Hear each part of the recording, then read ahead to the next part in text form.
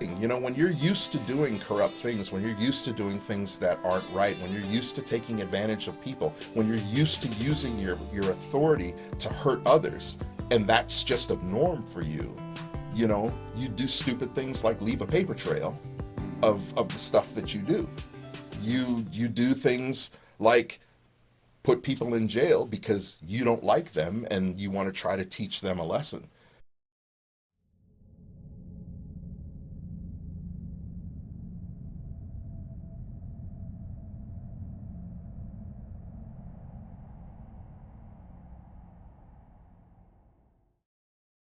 So, if the ICE officer Crean had actually done what he said he was supposed to do or going to do, he would have contacted his supervisors and they would have contacted the ICE attorneys. Their attorneys then would have told the supervisor, no, this guy's case is in appeal and it's being held in abeyance. Stay away from him, don't touch it. That's what they should have said. By court order, right? By court order. Yeah. And by immigration court order, by Seventh Circuit court order, So and more by than Supreme Court order. like quite a few judges, huh? Quite a few judges Yeah. said this is the thing. So then they should have said, yeah, stay away from that. Don't mess with that. When he came back to court and said, yeah, I didn't ask anybody. I just went along with Dodge County and said, yeah, let's throw this guy in jail. And it's weird because the day of the arrest, when I showed up at the jail, when I showed up at the sheriff's office, it was a weird meeting. You know, we talked about stuff that didn't make any sense. Did you talk about jail privileges, visitation? Did you bring it up first? No, he asked me for some documentation. Okay, he asked me and I gave him 8 pieces of paper with references, you know, and my background, things like those. Okay. I gave him 8 pieces of paper. And when I sat down in his office, he goes, you know, one of these pieces of paper is a forgery. And I said, one of these documents is forged. And I said, which one? And he goes, well, I can't find it right now. And I'm sitting there with all 8 pieces of paper sitting right in front of me, and I'm going, which one is a forgery? This one, and he said, well, it's in, and he holds up this briefcase, and he goes, it's in here somewhere. I'm not gonna look for it, you know. And again, I'm sitting there going, okay, it's right here on the table, in front of you. Just point to it, you know. Just show me which one is forged, you know. And it was like he was trying to get me to believe something that I knew wasn't true. Yeah. Okay. And I'm like, okay, so now all of a sudden the conversation for me in my head, it changed, because that's just who I am, you know. And maybe it's not always great, because when somebody comes across that way, now I'm just gonna find out, you know, how far, you know. Why am I really here? Huh? Right. Yeah. You know, so I'm going to start asking questions. And so then it turned out that the document that he said was forged, he said, I would need a FOIA in order to get it. You would? Me. You would need a FOIA. I would need a FOIA for a document that I gave him that was also sitting in front of us on the table, which I thought was awesome. Yeah, great. Why not? Huh? What?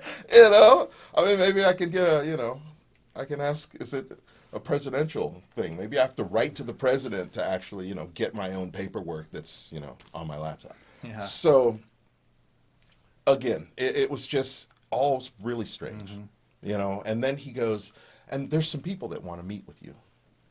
Okay. And I said, okay.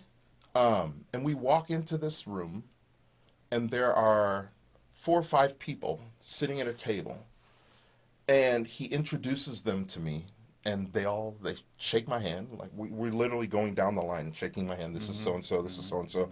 And I sit down, and this last person was Hallis. His name is Hallis. He's an ICE officer, and he shook my hand, and we sat down, And he proceeded to tell me that I was under arrest. And I said, for what? And he goes, because there's a deportation order for you. Okay. I said, no, there's not. You know, I mean, it's like I've been through this process. I already know what's happened, you know? And no, there's not. You're in the appeal that the judge told you to do. And we're waiting. Yeah, we're waiting for a court date. Yeah. We're waiting to go to court. Yeah. And at that point, we knew about the Supreme Court. We didn't know about the remand from the Seventh Circuit back to the immigration courts. Okay. Which is where it got lost for 10 years. Oh, okay. Okay. So they're sitting there trying to tell me that they're about to arrest me for something, A, that I've already been arrested for back in 2000. Okay. And it's like, say you do something crazy, let's just say, and you get arrested for it, and you go to court, and you bail out on bond, and you're waiting for your next court date. Yeah. And some police officer comes and goes, did you know that you're in trouble for this? And I'm here to arrest you for it. And you're going, again? Right? So basically that's what I'm sitting there going, okay, this guy is either like crazy, lost his mind, or just has no clue about the justice system. Uninformed.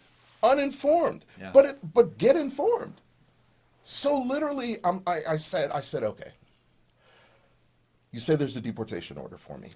And he says, yeah. So I said, can you show it to me? And he goes, well, no, I don't have it. And I said, so there's a deportation order for me that you can't show to me on paper. And he was like, right. I said, okay, we'll pass that one. Do you have a warrant for this arrest? Well, no, I don't have one of those either.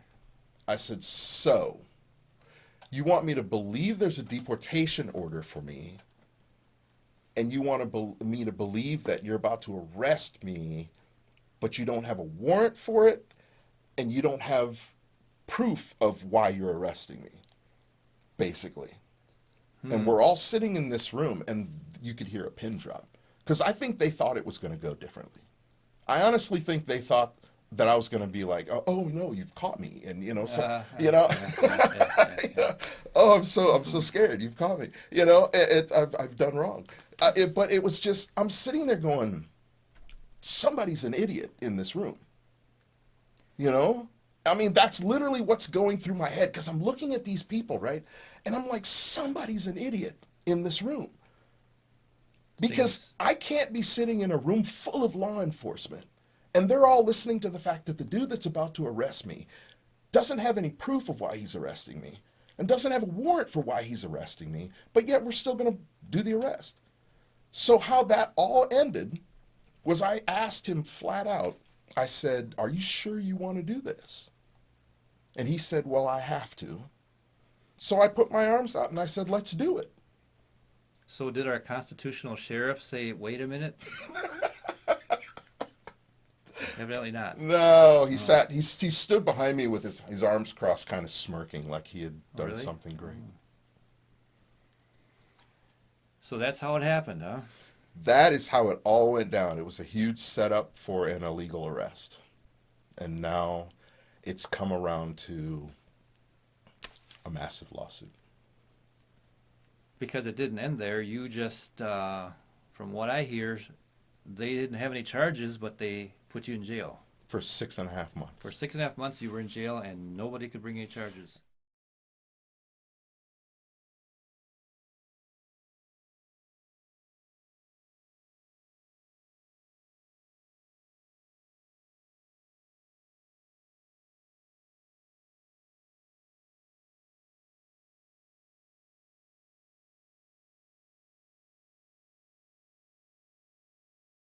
Now we are in front of Judge Cole. This is Immigration Judge Samuel B. Cole in the Immigration Court of Chicago, Illinois. Today's date is September 8th, 2017. These are continued removal proceedings in the case of Selepri Amachree. And he is in which court? He is now the district, the immigration court level, at the district level. So now it's not an appeal. It finally came out of the appeals. Appeal. Oh yeah. So, thank you. Okay. It came out of the appellate court back in 2007. And it was stamped by the Board of Immigration appellate court in 2007. And it was said we received it. Okay. 2007. Yeah. Okay? Then it got lost. Okay. In 2017, we got a second letter from the Board of Immigration Appeals. And they said, oh, we just got this 2 weeks ago. So now it's 2 weeks ago, 2 weeks ago. they found it. They found it Ah, 2 weeks ago. okay. It was just remanded down. So what we did in the lawsuit was we turned in both papers. Okay. Okay. So which was it? Yeah. Did you get it in 2007 when you signed for it? Yeah. Yeah. Or did you get it in 2017 when you found it? Uh-huh. Right? Uh-huh. So literally it sat there lost for 10 years. Mm-hmm.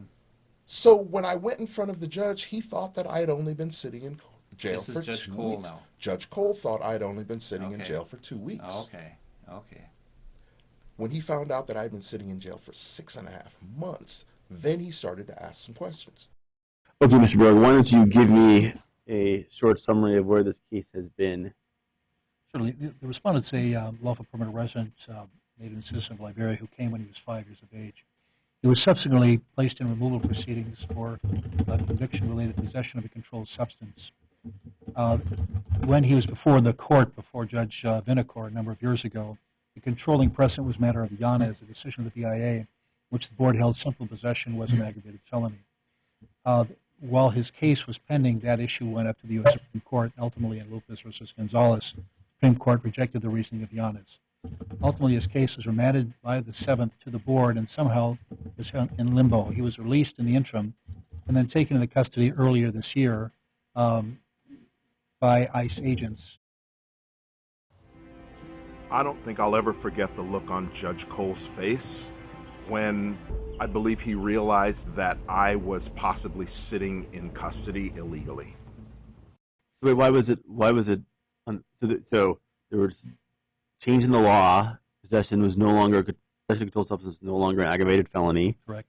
And then how did the case This go was back to the stuck board? it had been sent from the 7th down to the board, and somehow it never got recalendared. How long ago was that? From 2007, I believe, until 2017.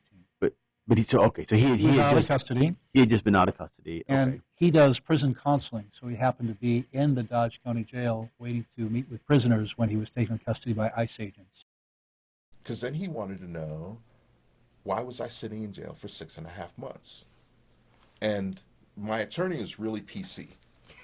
He's very, very politically correct. And he was like, well, he was working at Dodge County and ICE just happened to be there and they arrested him. Well, that didn't fly with Judge Cole, right? Okay. Judge Cole goes, so what was the new offense?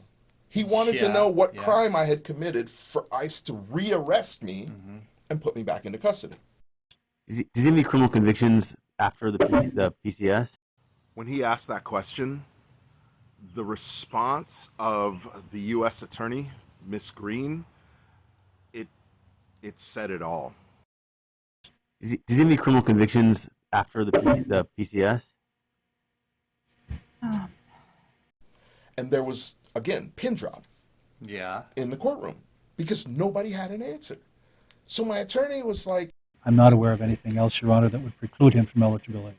and so then Judge Cole said, well, obviously there's something going on and nobody's telling me what it is. So then he ordered a background check because a federal background check would then give him the information that he needed. It's plain and clear. Mm-hmm. If I get a background check, it's going to show me why he's sitting in jail. It should. It should. Yeah, right. So we adjourned at 10 o'clock that morning and re-adjourned at 2 o'clock that afternoon. So he kept on this. Oh, yeah. Okay. Like, my wife was sitting in the courtroom, and there were other people that were getting reassigned like a month, 2 months down the line. He was like, "We're gonna do this at 2:00 today."